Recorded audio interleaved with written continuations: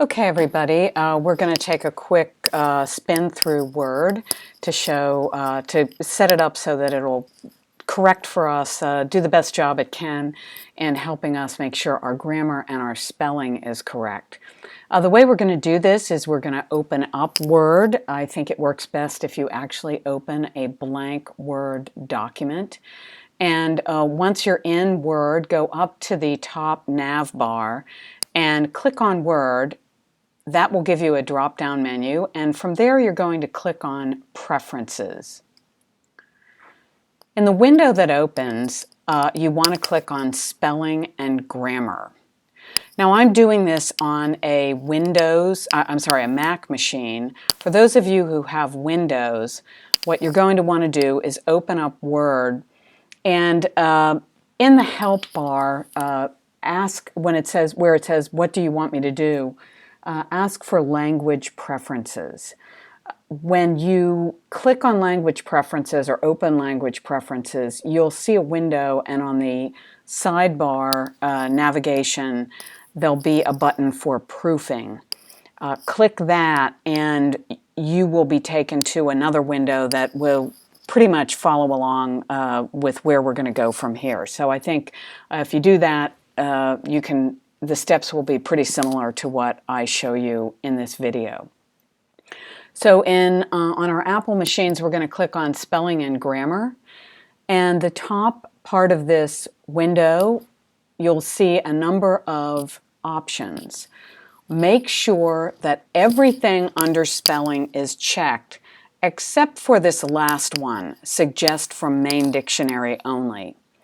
It really isn't relevant for most of us, but if you go on to write stories that use a lot of technical terms or foreign terms, you might want to create a custom dictionary that includes those terms. That way, if you let Word look at multiple dictionaries, it's going to be able to check your spelling on some of these more unusual or obscure terms that if you use them repeatedly. So for most of us, again, that's not going to be relevant right now. It's just good to know that it's there. Underneath spelling, we have a section for grammar, and again, I would check all of these boxes. I think the reasons are obvious. If they're not obvious, come in and see me in class or come see me in office hours and we can talk about it more. At the bottom of the screen, you'll see, at the bottom of the window, you'll see a little drop-down menu again for writing style. For most of you, it's probably going to appear as just grammar. I would click on it and choose, in my case, Grammar and Refinements. For some of you, this might say Grammar and Style. But basically, it means the full Monty. We want Word to check everything for us. And again, we're doing this because we want Word to flag it if we're making grammatical and spelling errors. So once we've got Grammar and Refinements or Grammar and Style selected, click on Settings. And again, you'll see a window that opens here with a lot of different choices.